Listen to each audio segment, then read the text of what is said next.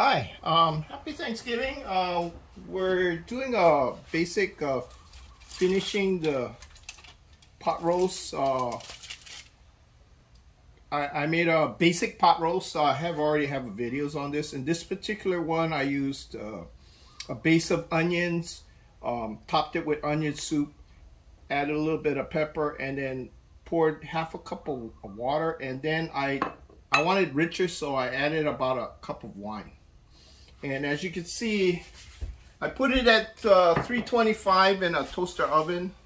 You can use a regular oven. Covered it with foil and left it in there for 3 hours. Okay, so this is thoroughly cooked, and you can see all the juice came out. Okay, so what we're gonna do is we're gonna finish off this roast. Okay, and so I'm just gonna pour the au jus off into a pan.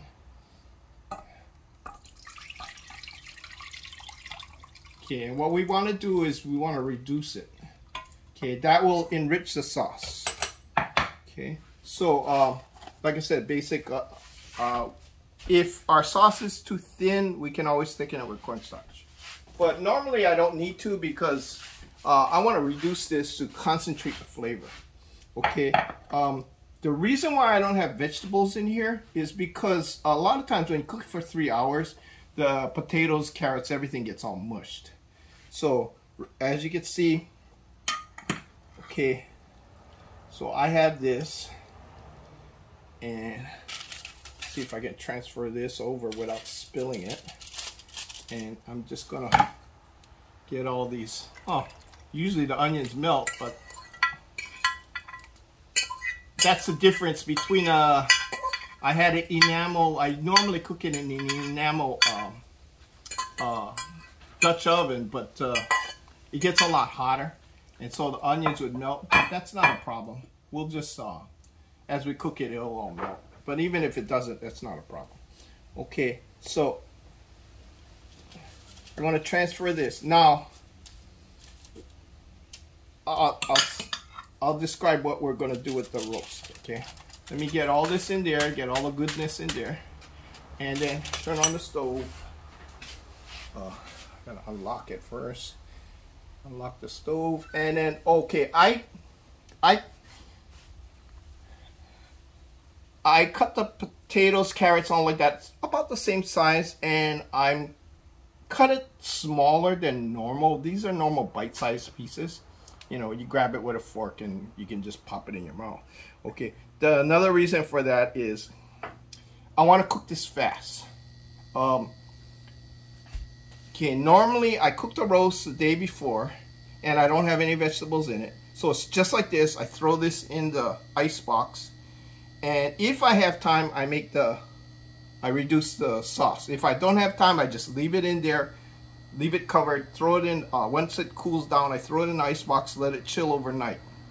And then I take it out, and then all the sauce would gel. So you have to scrape off the sauce and then put the meat on the side.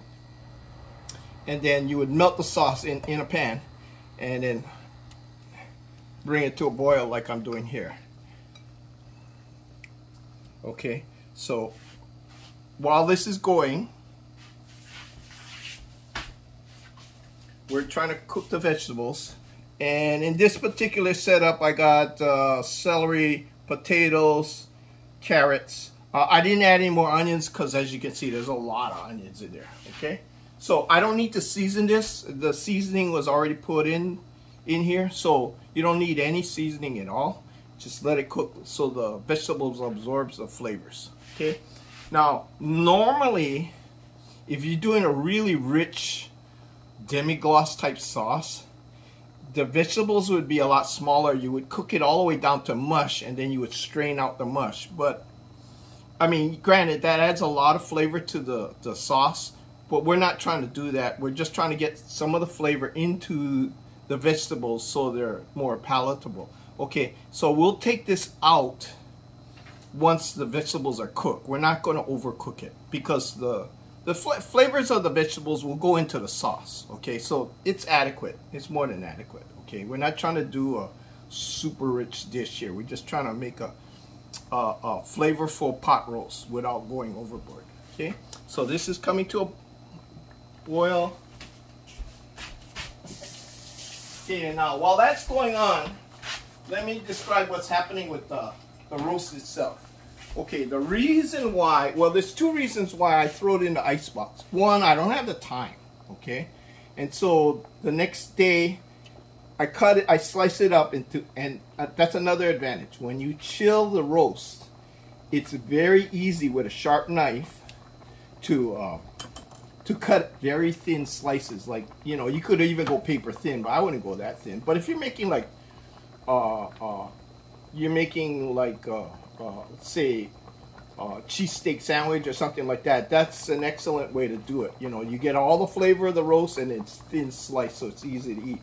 But also, if you're doing even a regular service, like especially for a party, you want to slice it when it's chilled, okay?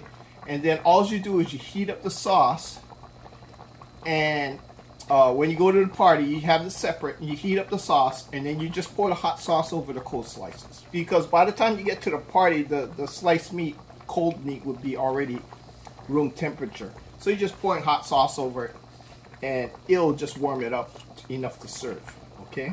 So that's coming to a boil. Now, there's another reason why I chill it down. Let's see if this works. Okay, I guess this could have cooked a little longer. Anyway, what happens is when you cook it for a long time, especially at 325, you know, you start going 4 hours, 5 hours, the meat will shred.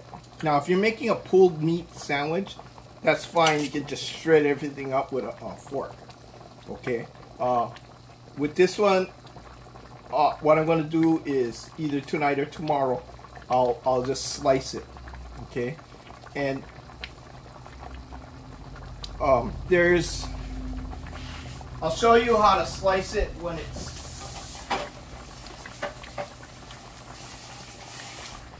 since this one is not shredding.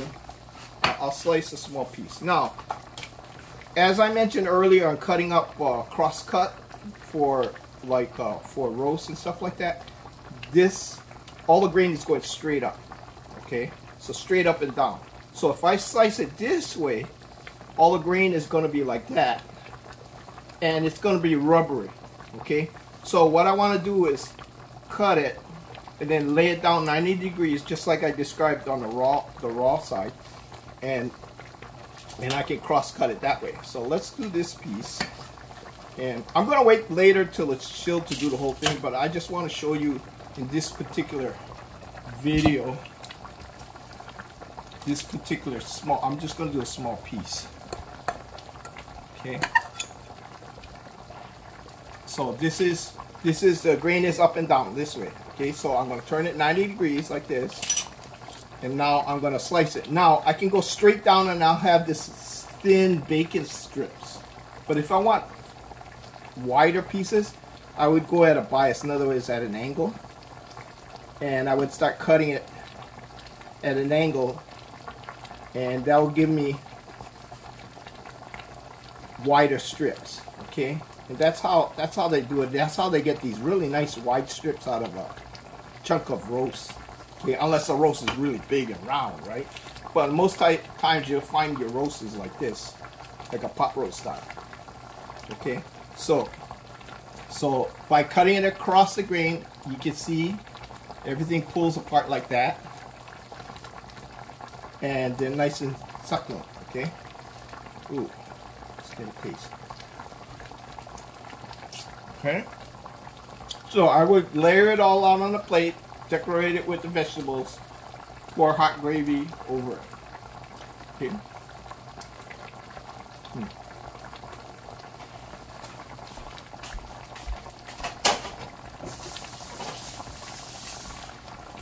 So all we're doing right now is cooking the vegetables. I'm going to cover this up and put it in an ice box already. We're done with this until tomorrow or tonight. It should be chill enough. It's lukewarm right now, but I can throw it in an ice box.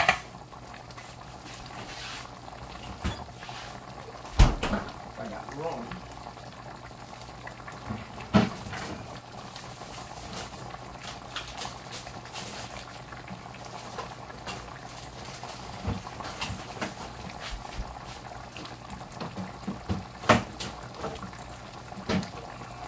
Okay, so that's cooking. That's in the ice box. Okay, and we'll just check to see if this is, potatoes still got to cook a little bit more. Okay, now, so what I'll do is I'll remove the vegetables. Okay, let's assume this is cooked. Okay,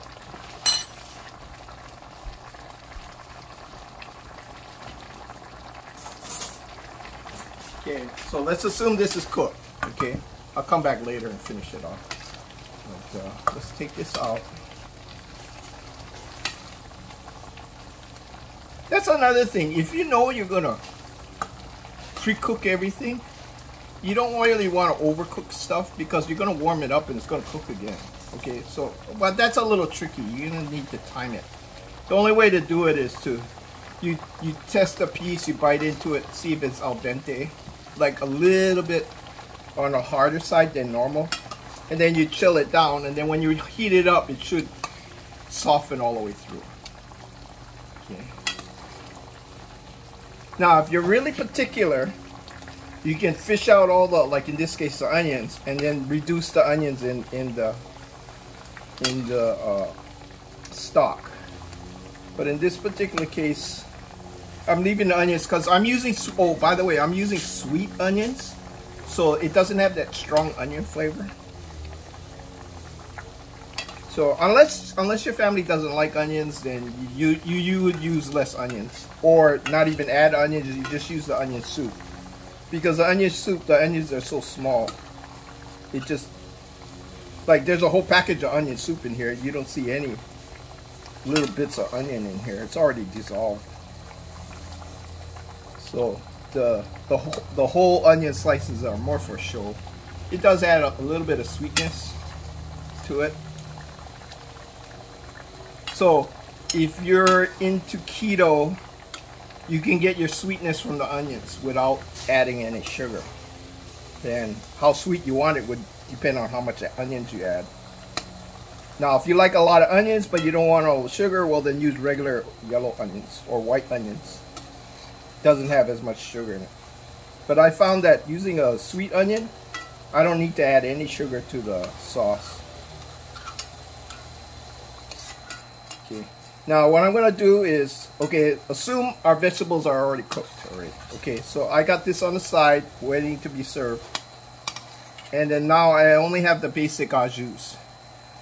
And what I'm gonna do is just let it boil. Oops. Let it boil.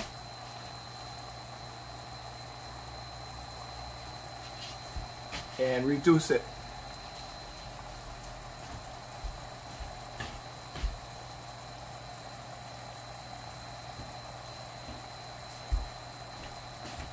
Okay, I used a larger pan so that I could evaporate more. And we're going to do this in real time so that you know approximately how long it's going to take. I would add another 5 minutes for cooking the vegetables.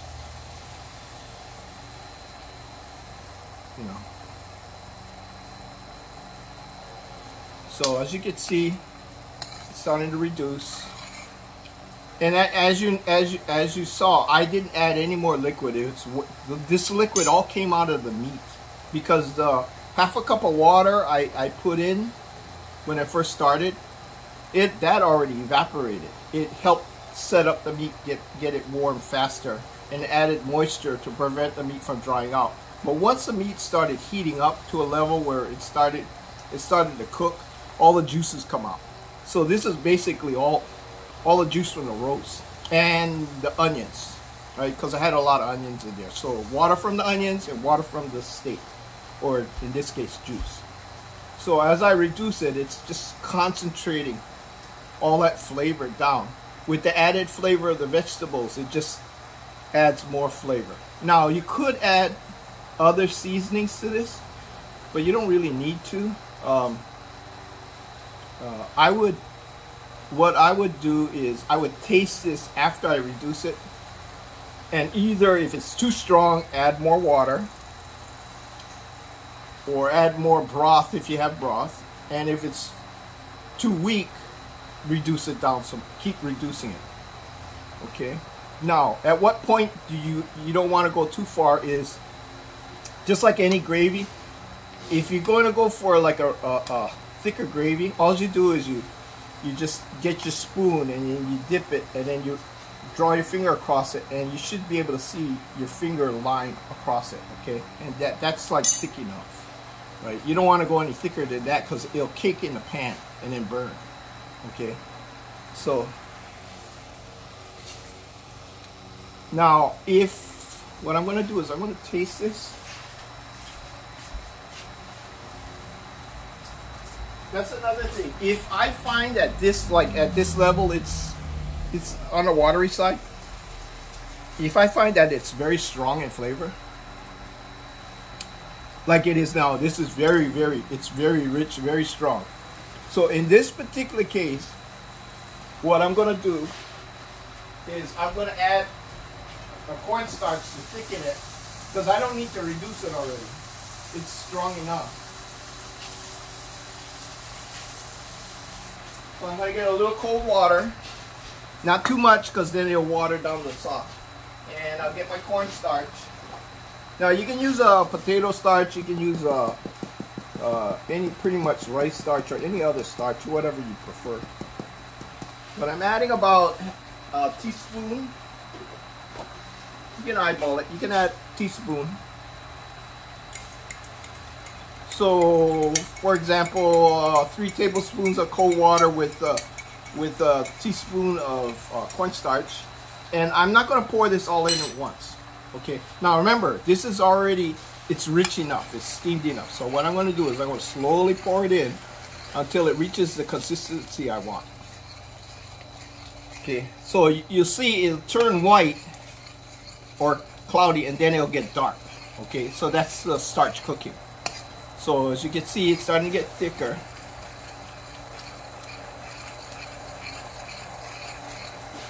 Here, I'll show it with a larger spoon. See if I get a larger spoon. Let me lower the heat.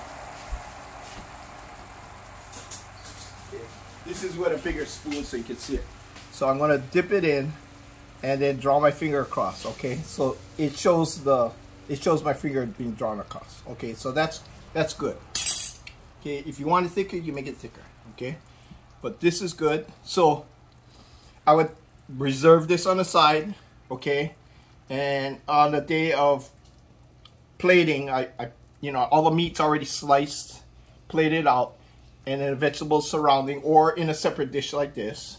Maybe we throw a pat of butter on here to give it a glistening glow and add a little bit more flavor. You don't need any more seasonings.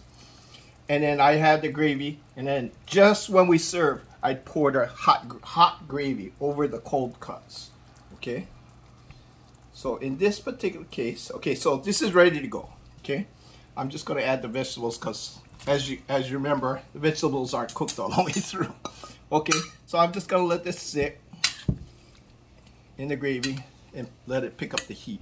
Okay, so that's it. Have fun on the holidays. I'll be following up with a quick method, the wife's secret turkey recipe, except I'm going to use turkey parts and cook it way faster because she takes 4 hours. Like most people doing roast turkeys, they take 3 to 4 hours or even all day. But for the single person cooking a meal for themselves, they want it fast and easy. Okay, so that's the next video coming up. Be safe on the holidays.